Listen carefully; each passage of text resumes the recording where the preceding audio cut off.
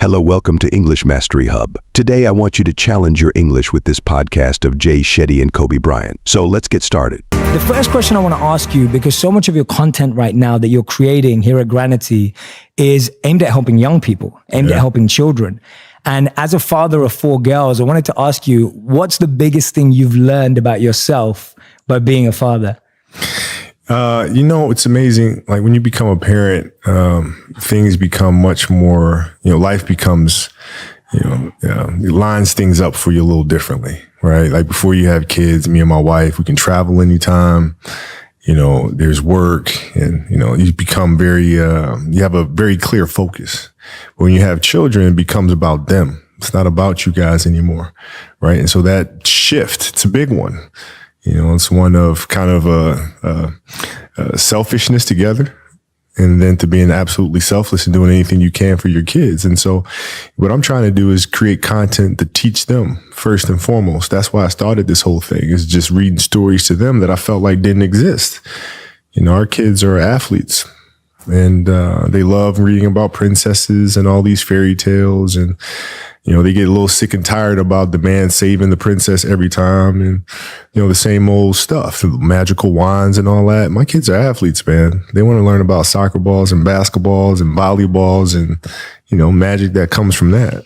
Yeah, and I love that you're encouraging young people to think more imaginatively about sports. Yeah. And I think that's where you go a step deeper. For me, observing you and learning about you and hearing you speak in other interviews and everything, what I'm fascinated by is that you've dealt with things in life pretty head on, right? You've always gone at it. What took you a while? What was something in your life that you were shy about originally, or that took you a while to go head on with, but then finally you got there and you figured it out?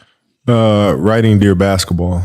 That was a hard jump, because I'd written before. I started writing probably about 17 years ago. And so practicing every day, a lot of things that I wrote were ads.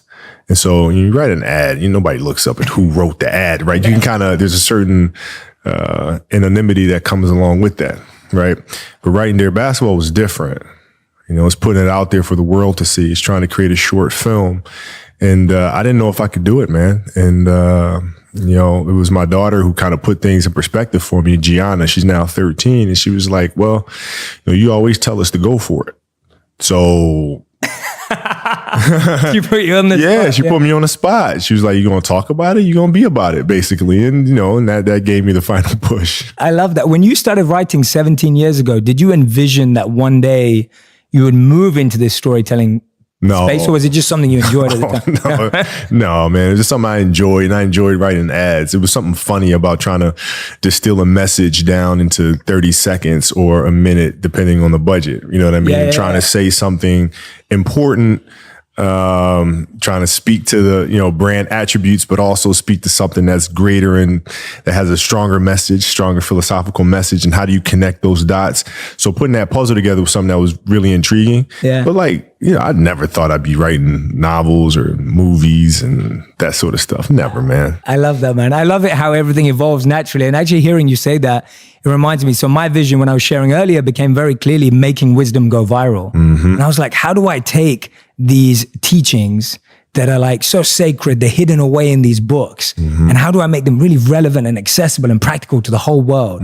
Because I know that anyone can access them. They're universal, right? These teachings can apply to anyone, but sometimes they're just hidden away. And a young person doesn't know how to find them. So that inspires me hearing them. That's beautiful too, because especially in today's world, there's so much clutter. It becomes harder for kids to try to weave through a lot of the crap that's out there to find stuff that's actually beneficial to them. Yeah, you reminded me, I think E.O. Wilson said, we're drowning in information, starving for wisdom. Yes, right? Sure. Especially, and that's why I think your work is cutting through, because I think what you've managed to do with your new work is that you're finding ways to connect with what people care about, but you're taking it a step deeper. Yeah. Right? Yeah. You're not just settling for let's talk about sports. It's not just about sports. It's about life, right? It's about the metaphor that sports has for life. I mean, sports is the greatest metaphor we have in terms of dealing with life. Because, even if you listen to music will give you guidance, right? That you can then meditate on and think about how you would apply it. In sports, you have to apply it in the here and now. I mean, you're faced with challenges moment to moment. You're faced with pressures and anxiety, and communication or the lack thereof and all this other stuff. Like, it's in the moment. So you have to live it. And when you practice those things, you become better at it. But I just feel like in this day and age, our children have become less imaginative about how to problem solve, and parents and coaches have become more directive in trying to mandate or give orders or teach kids how to think and teach kids how to behave and tell them how to behave versus teaching them how to behave. And so that's why I'm creating these stories and creating this content. Yeah, I love that. I think it's so true. When you treat people as kids, then they always be kids, right? Even when they grow up. Yeah. And for you, it was really powerful because you've talked about this before, where your father said to you, like, whether you score 0 or 60, like, I love you. Yeah. Tell me what that statement meant to you at that time, and how did it actually motivate you to continue scoring 60 rather than go, oh, I'm all right at 0?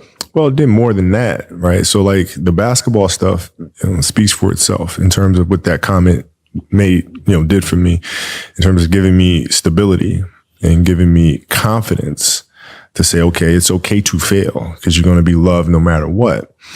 And that doesn't just mean basketball. That means anything in life. Yeah, that means writing. That means being an entrepreneur. That means having the confidence to go for it. And I've seen too many parents do the exact opposite, and it terrifies children, and children become paralyzed by their own fear because they don't have that security blanket of love and comfort.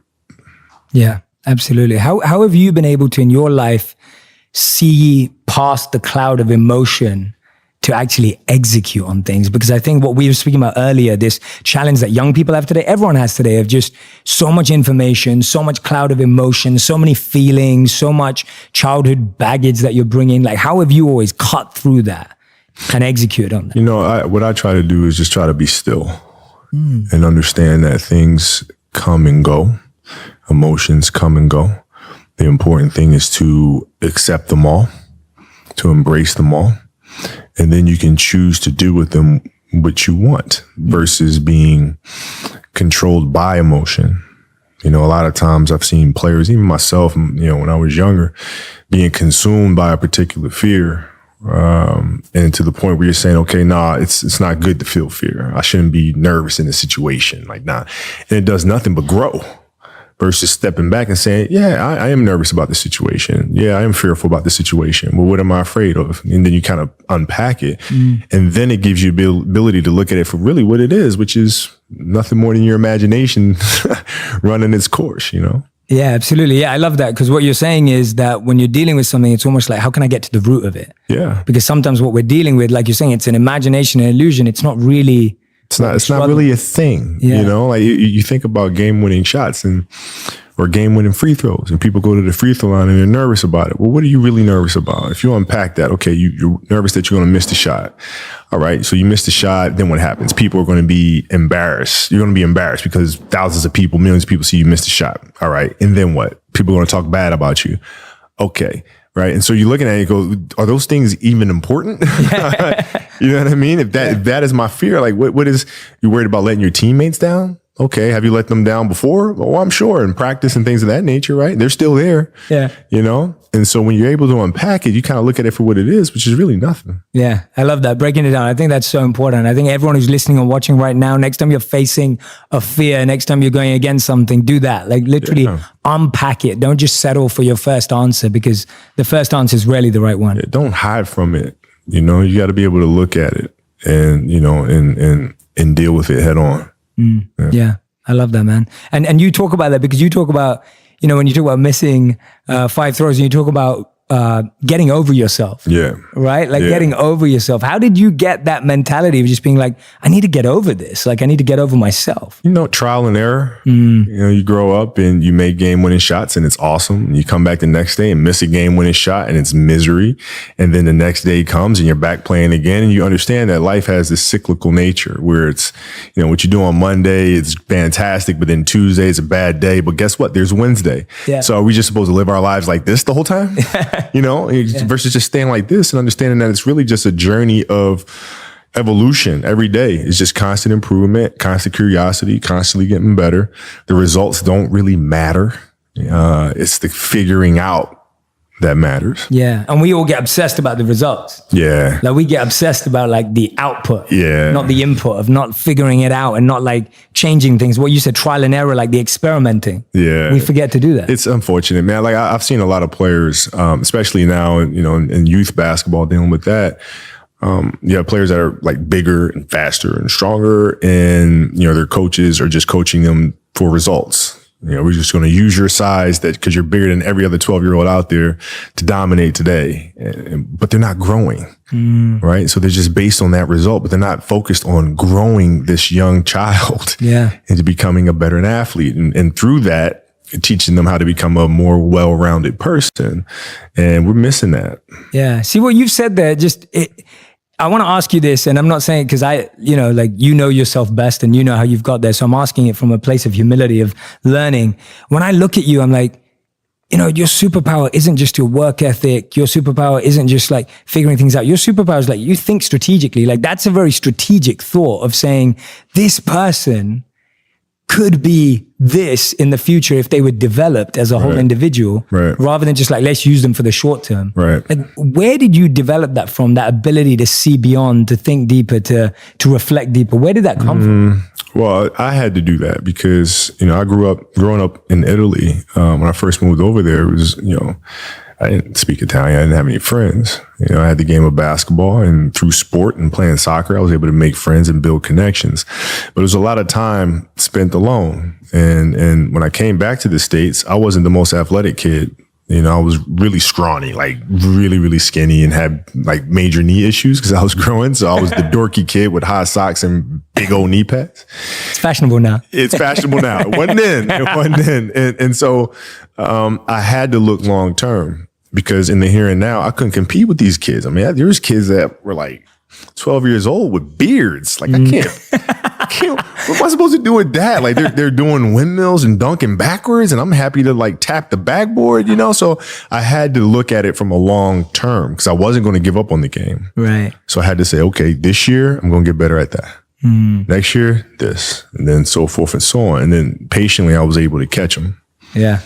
I love hearing that, because I think so many of us you believe like when you see people like yourself, it's like, it's so easy as an excuse to ourselves to just be, oh, you're destined for it, right? You were made for it. It's kind of like that kind of, but when you talk about saying, oh, actually, when I started, I didn't have the physicality that meant that I was going to make it. Like you had to figure it out. And I love it. Figure it out, man. It's just piece by piece. And it's the consistency of the work, which I feel like a lot of parents are missing today, because we're not teaching that to our kids. We tend to say like kids don't want to do the work, but in reality, it's when we're failing them because we're not leading them the right way and teaching them, how to fish, you know what I mean?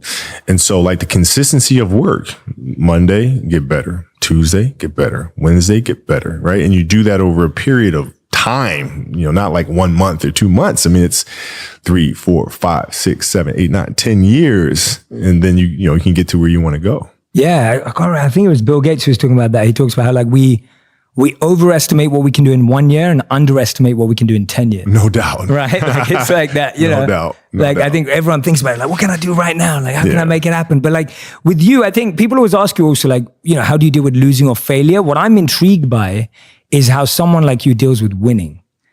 Because you've won again and again. And like I was saying earlier, you won, obviously we know you won in basketball big as an athlete, but you're winning now, even in the work you're doing here as a storyteller, as a producer, right? Yeah. It's amazing to see so many incredible awards coming through. How have you dealt with winning? Like when you win, what goes through your mind to help you to continue winning? Well, it's a little different. Like in basketball, it was different because I expected to win, Like I expected us to win championships. I expected us to win 5. Quite honestly, I expected us to win 8. And so when you have that vision in sports, it's a direct competition. Like I know how hard they're working. I know how hard we're working. I know what their strategy is. I know what ours is, So it's a little different. So when we went in the NBA, it was like, we expected to do that. But now we're going to come back and we're going to do it again. And so it's that constant, like, all right, you're churning. You win one championship. I'm back in the gym the next day, working, getting ready for the next one. Now, it's different because it's not about the awards. You just wind up trying to create something that's going to inspire, someone, that hopefully, through that inspiration, they can inspire somebody else. And what I've come to learn as my career went on is that's more significant than any championship, is how do you connect with somebody that can then connect with another? And then whether the awards come or not, that's for, the Academy Award body to decide. Yeah. But, like for us, it's just to try to create things. Yeah. Well, I guess now that's what shifted, that now the intention isn't even expecting to win, it's expecting to change lives. Right. Right? Like your content is really about making a difference and an impact on young people's lives. Sure. Which I think is like the biggest way of winning. I think so. I mean, if you're looking at 62% of young children are dropping out of sports, 62%. And they cite the fact that it's not fun anymore. Well, what does that tell them? I mean, that's telling us as grownups are getting in the way. Get out the way. Let these kids be imaginative, which, like in our stories, it's important that, there's a fantasy nature to it, right? But it's rooted in reality, right? When we have fire-breathing winged horses and things of that nature, those are actual drills that are taking place. We don't have fire-breathing winged horses actually performing that, but we do have ball machines that are spitting balls at tennis players, right? And so all of our stories are all anchored in an element of truth, so that children feel like when they are doing these drills with these ball machines, they can envision maybe it's a fire-breathing winged horse. Yeah, to keep them excited. Yeah, they can envision Gus throwing fireballs at them. Yeah. And even the plays, like when in the Wizenard series, when the basket is opening up and shrinking, these are things that we experience as athletes. Like some days I feel like I can't make a shot, man, and the basket feels like the size of a keyhole. Yeah.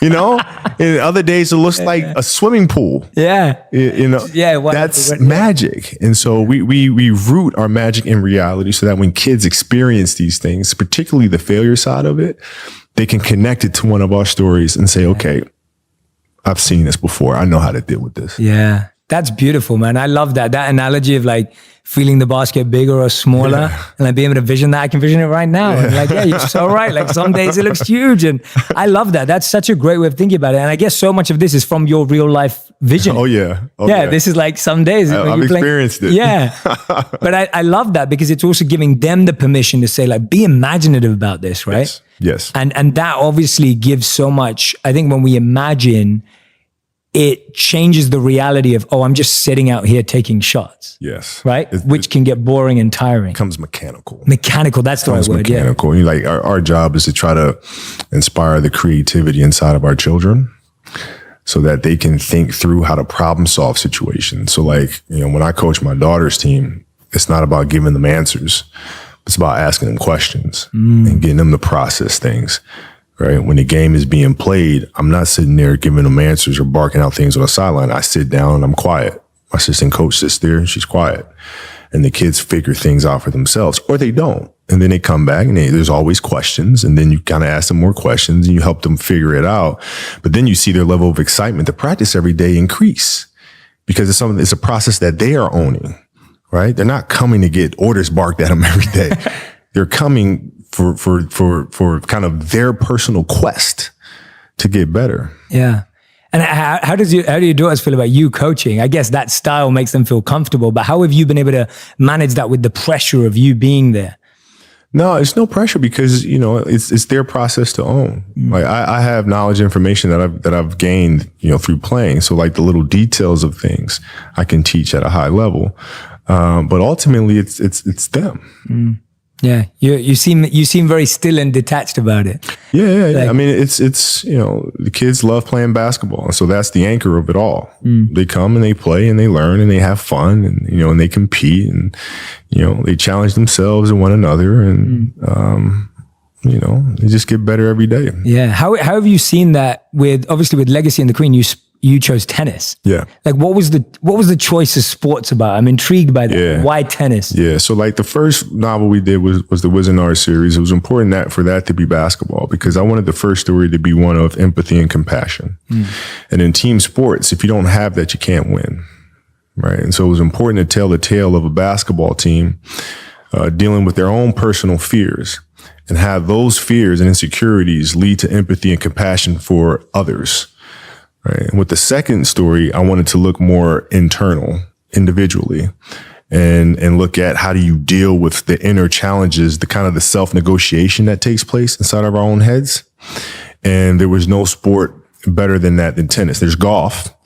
But tennis, you have more movement, which to me symbolizes life in general, because there's a lot going on, right? There's the elements in tennis that you have to deal with as you deal with in golf, maybe not to the same extent, but they're still there. And then there's the confrontation with the person across the net from you. Yes. Right. As well as the strengths and weaknesses in your own movements and how you feel in your own body. And because of that, it was important for this story to be a tennis story. I love that. That makes complete sense. And give me an example of that self-negotiation. I love that word, and I get that. Can you expand on that a bit? Like, you know, you're out running on a track, working out, and you start talking to yourself, saying, "Man, my knee is really sore right now. Maybe I'm doing too much. Sounds like me. Maybe I need to back off. You know, man, my lungs are burning. Maybe I can just slow down here. I'll do like an extra 2 sets tomorrow.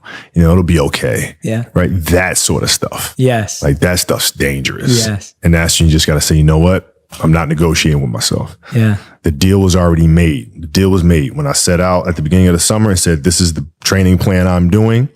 I signed that contract with myself. I'm doing it. You know, throughout that process, you'll start talking to yourself like, man, I think I need to, nope. No, this is non-negotiable. Non-negotiable. Yeah. I love that. And for you, empathy and compassion were things that you'd been through. Like that was personally inspired work. Yeah. When did it come to your awareness that empathy was something missing for you and that you wanted to develop it? I had a teammate that spoke to me and said, "Hey, Cole, you know, I just want to feel like as a teammate, you need me." I was like, well, duh. I can't, you know, like that was my immediate reaction. Yeah. Like, dude, yeah, of course. But I had to kind of think about really what he was saying and where that was coming from for him and his story and his journey and what that meant to him.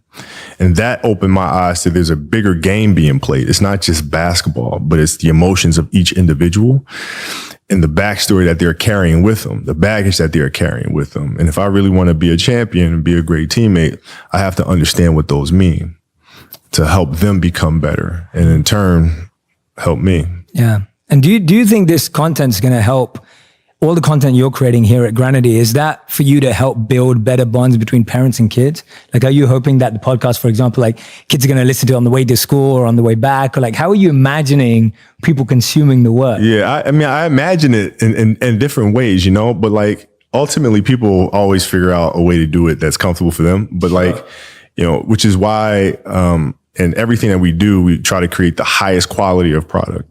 Right. Like, you know, people will sit down and tell me, they'll say, okay, well, audiobooks, a very small percentage of people listen to audiobooks. We don't really have to invest too much in doing audiobooks. And what? Excuse me? No, because what if that one person just listens to audiobooks? That one family enjoys audiobooks. They have to get the best experience that I could possibly give them. So that means using a London orchestra.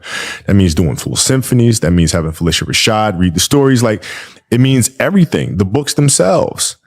I got this all the time. There's no money in making books, man. Nobody makes money in books. And I'm sorry, you want to make a book with using what material? You know, I'm like, you know, I'm like, yeah, because children matter. So like, I don't know how they're going to, I imagine how they're going to be consuming content. But ultimately it's my responsibility and our responsibility as a studio to make every single thing that we put out the highest quality possible.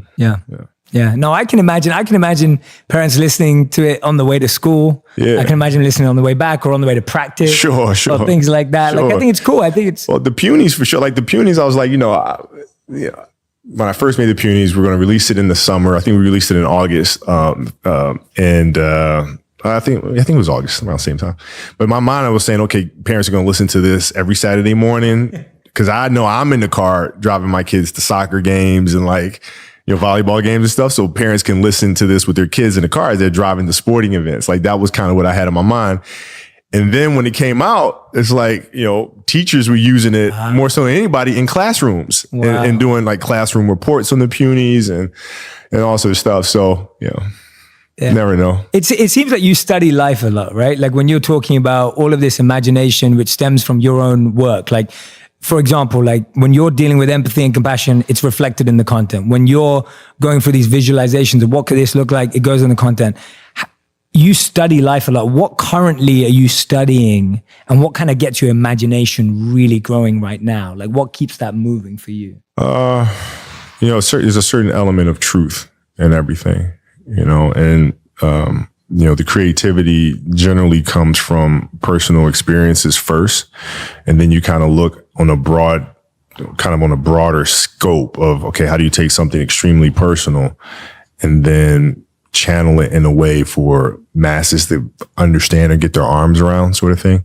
But it always starts in the element of truth, and then you start unpacking that by sitting in thought and figuring out like character and, who is this person? And, who's his family? And then that's when I start getting in trouble, because it's like the questions don't end. Yeah.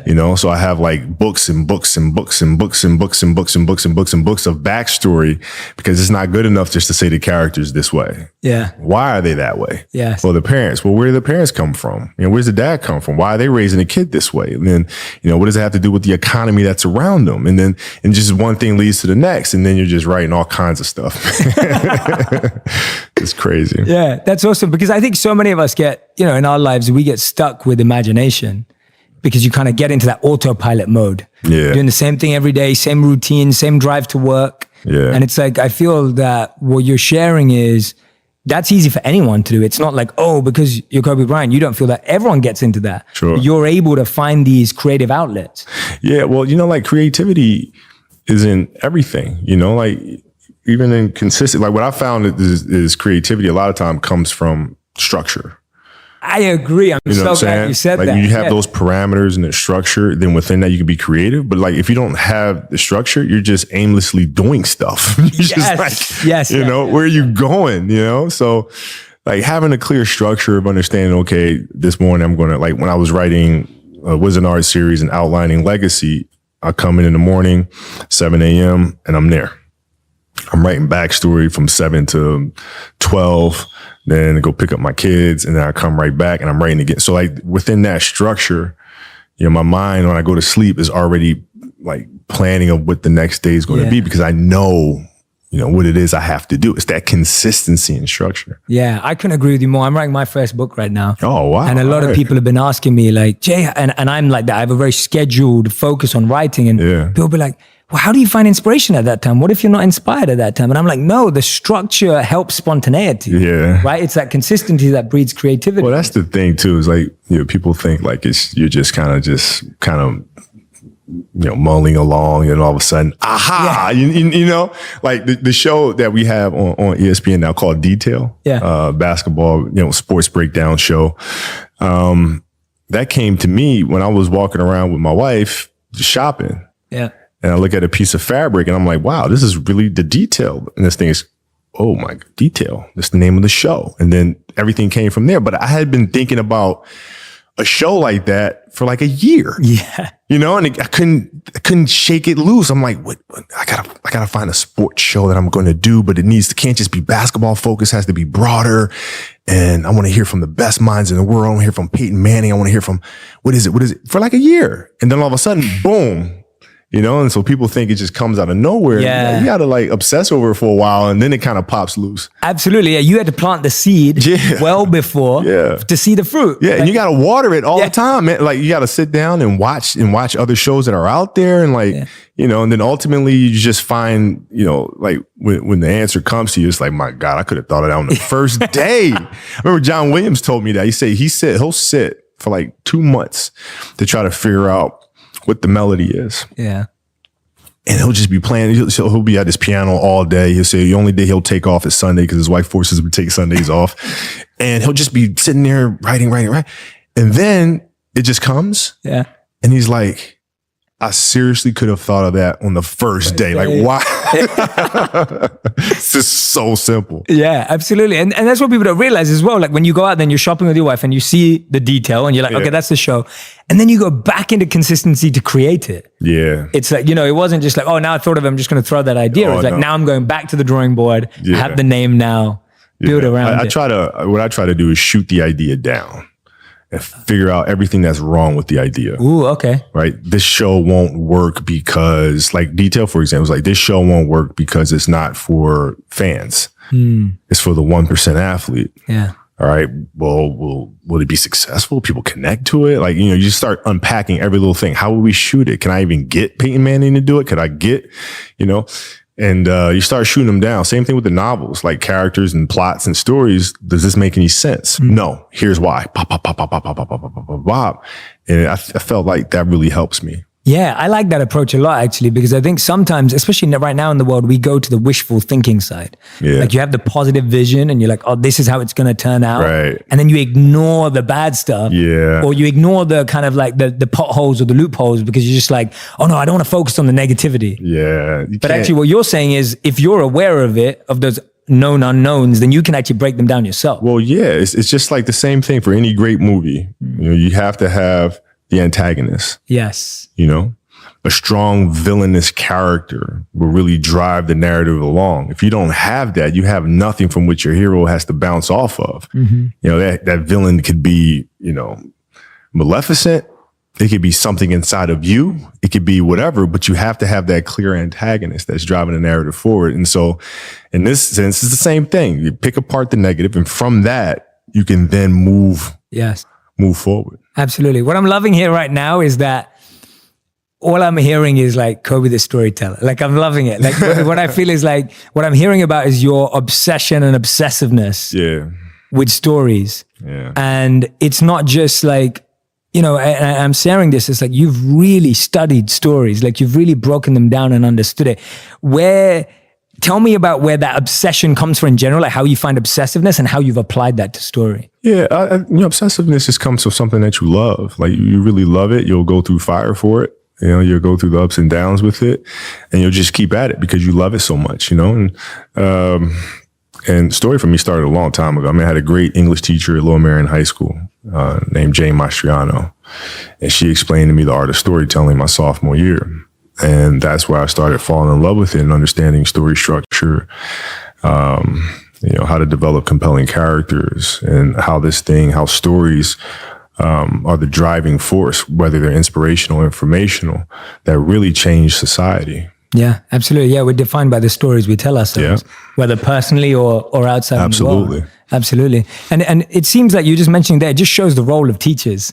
And now when you find that teachers are using the work you're creating to teach, that must be amazing. Comes full circle. Yeah. It's a pretty cool feeling, man. Like growing up, when I was in high school, man, I didn't read much at all. Yeah. Because basketball was my thing. Now, if you give me a basketball book or like a sports book or like a sports psych book, I'm devouring that. You know what I mean? Because it was a clear focus for me, which kind of gets me into this market a little bit too. Because like for our active children that love being outdoors and playing all the time, they're not reading. No. But they're missing out on so much by not reading. But they will read if there's something that they feel like speaks to them. So true. And so now I think we get more readers in the world because of it, hopefully. That's so true. No, I think so. I agree with you. Like for me, and this is why everyone's different. And I think there's such a need for what you're doing, because when I was growing up, I never enjoyed fiction. And so I thought I didn't like reading because all the books that the school suggested were fiction books. Right. And then when I was 14, my dad handed me an autobiography and a biography.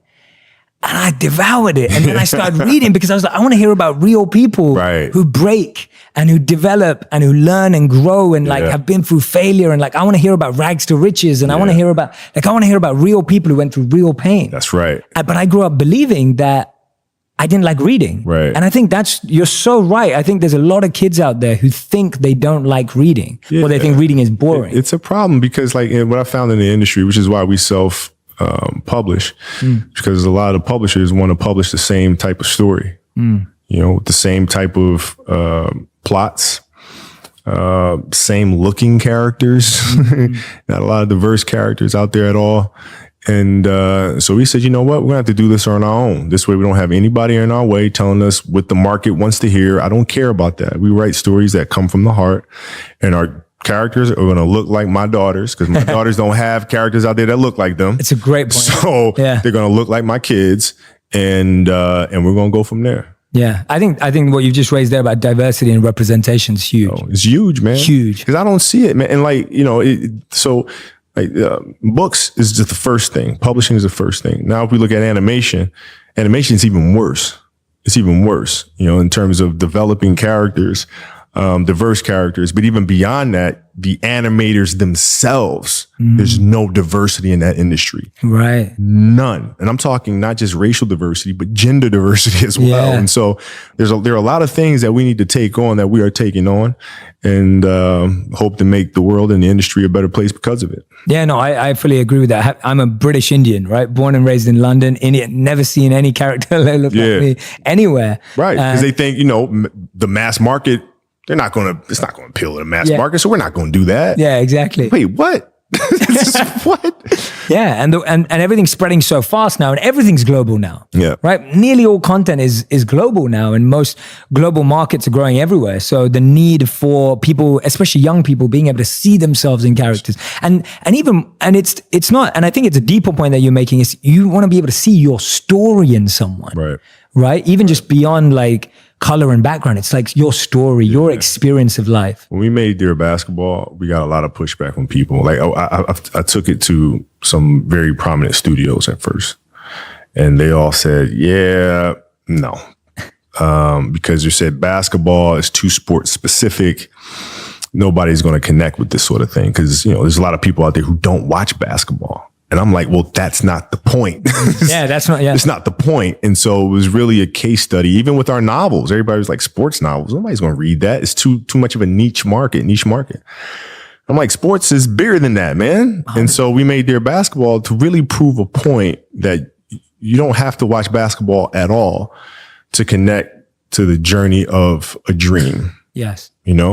And once we saw that connection, was kind of validated our point of view. I think that's a massive point of view. And for anyone who's listening or watching right now who thinks because Kobe Bryant wants to do something, it just happens, it just shows you have to do it yourself sometimes, because not everyone's going to believe in you. Certainly not. Certainly not. And what you'll see is, once you start doing it, and now people want to come and jump in, but I'm like, you kind of forced us to go about this ourselves. So I think we're just going to build it from the ground up ourselves. But thank you. Exactly. They saved you. Yeah. Right? Like, thank you. Appreciate it. Because if you had signed on, we just be kind of going with the flow. Totally. You can be grateful to them. Yeah. Appreciate it. Yeah, absolutely. No, I agree. It was the same with this podcast, funny enough. When we launched, a lot of people were considering whether it was, gonna, you do social videos, like, is it gonna work on a podcast? And there were a lot of people that were not sure.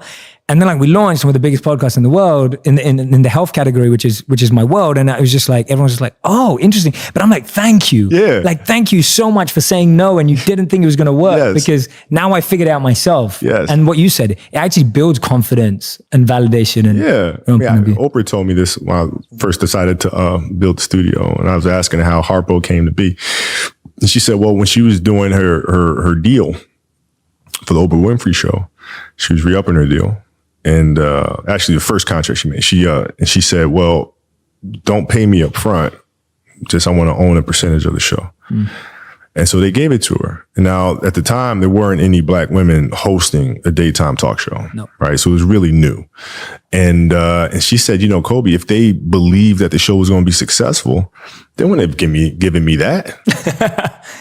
Yeah. They wouldn't have. In their mind, they're thinking, oh, we got to steal. We don't have to pay her. We can take this money and move it over here. This is great. It's going to be a flop or be success. I don't know. At least we get diversity on TV. It's fine.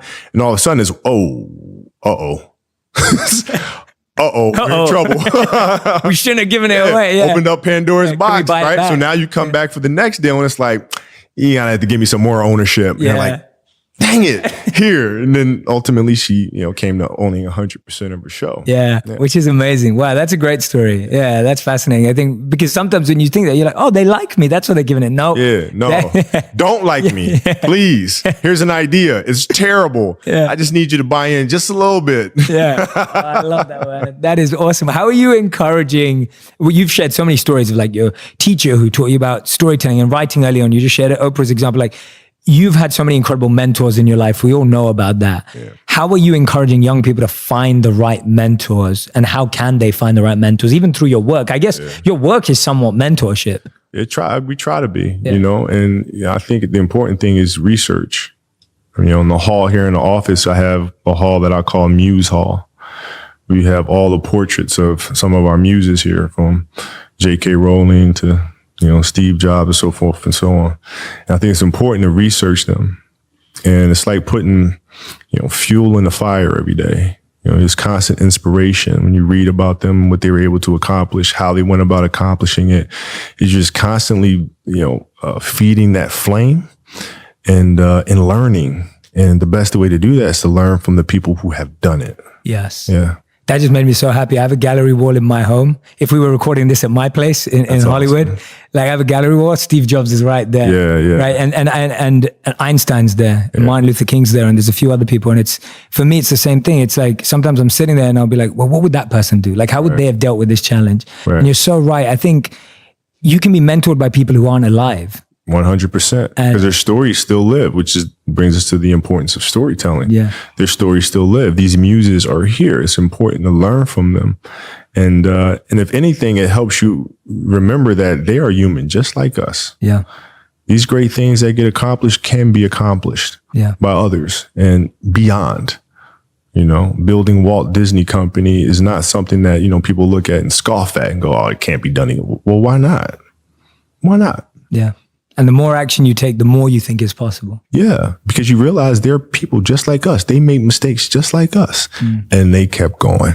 Yeah. And we can do the same. Absolutely, man. Well, I could talk to you for hours, but you're a busy man and you got loads of things to do. So we end every interview with what we call the final 5 quick fire, rapid fire round, which means you have to answer in 1 word or 1 sentence maximum. Got it. So this is easy for you. So the first question is, what brings you the most joy right now?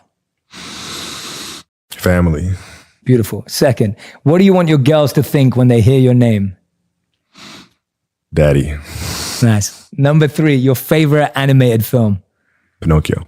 Oh, nice. Oh, I was not expecting that. It's the greatest. Yeah. They made, I mean, they were in a zone when they made that film. Absolutely. Question number 4, the book that's had the biggest impact on you?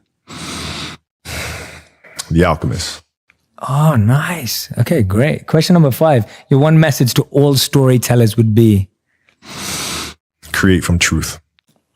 It's beautiful, man. Kobe, thank you so much. Got it, man. This has been an honor, man. Thank you. It was such a beautiful conversation. Thank you for sharing so many gems, so many wisdom pieces. And anyone who's out there right now, I've got the copy of the book right here, Legacy and the Queen. You can go grab it. And you can also listen to the podcast, The Punies, as well right now. So you can go and download that. We'll put the links to both of them in the comment section and in this podcast. So you can go directly there. Kobe, thank you so much for allowing us into your space, man. This was really special. Thank you. And remember this. Thank you, man. Thank you.